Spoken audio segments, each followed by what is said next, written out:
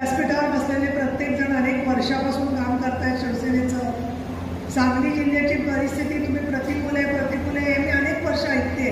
इथे आपण अनेक आंदोलनं केली, शेतकऱ्यांच्या प्रश्नावरती आपण खूप लढलो, साखर कारखान्यांनी भाव द्यावा म्हणून सुद्धा शिवसेनेनी काम केलेलं आहे.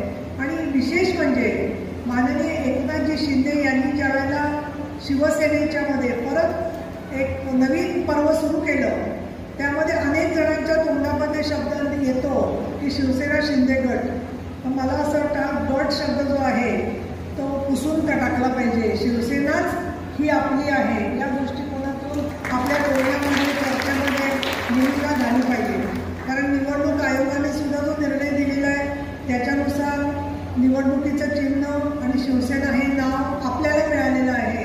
आणि जेव्हा तुम्ही कार्यक्रमाला येता त्यावेळेला पुरुष वर्ग तर येतोच कार्यक्रमाला, पण स्त्रिया जेव्हा कार्यक्रमाला येतात त्यावेळेला ते एकटे आलेले नसतात. तर त्यांचं सगळं सकाळी चॅनेलवरती चालू होती की महिला बचत गटांची नोंदणी करून त्यांना सहकार्य करण्यासाठी जेव्हा त्या धर्मादाय आयुक्तांकडे गेल्या तेव्हा इथल्या धर्मादाय आयुक्तांनी त्यांच्याकडे 40,000 रुपये मागितले म्हणून त्यांना अटक झाली सांगलीमध्ये.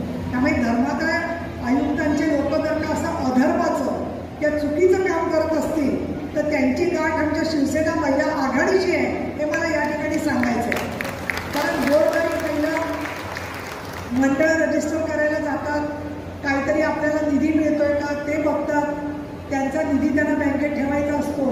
तर त्याच्यासाठी त्यांना मार्गदर्शन करण्याच्या ऐवजी धर्मादाय आयुक्त बचत गटांकडे जर का पैसे मागत असतील तर छत्रपती शिवाजी महाराज असं सांगायचे की या चुकीला माफी नाही, तसं त्या चुकीला माफी करायची नाही.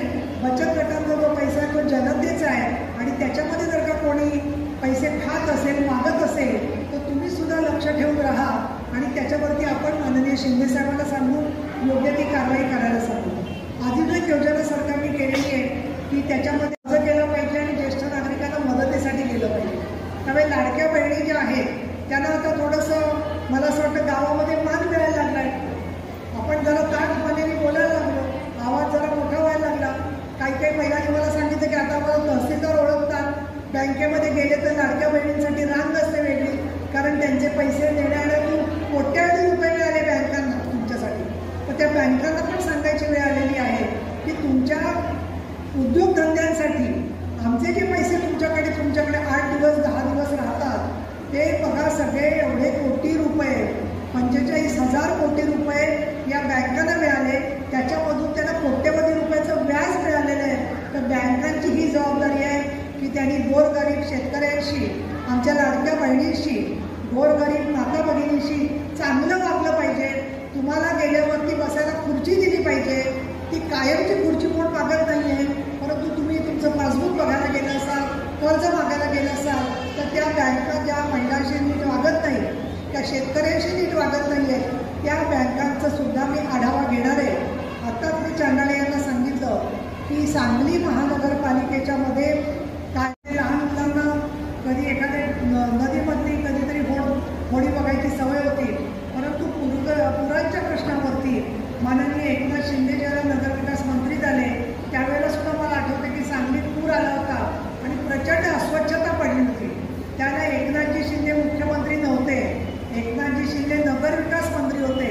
पण मी जेव्हा ठिकठिकाणी आपण पाहणी करायला गेलो आहोत तर त्यावेळेला लोक सगळे साफसफाई करत होते, सेवक कामगार, आणि त्यांना विचारलं की तुम्ही कुठून आलाय तर त्यांनी सांगितलं की आम्ही ठाणे महानगरपालिकेचे कर्मचारी आहोत पण सांगलीकरांसाठी धावून आलेले.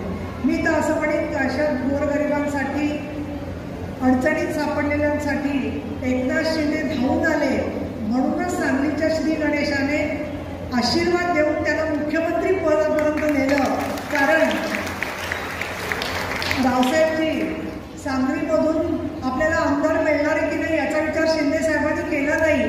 बाळासाहेब ठाकरे यांचा तो विचार होता की हा शिवसैनिक माझा आहे, मग तो आमदार नसला, खासदार नसला तरी आम्ही त्यांच्यासाठी काम करणार आणि या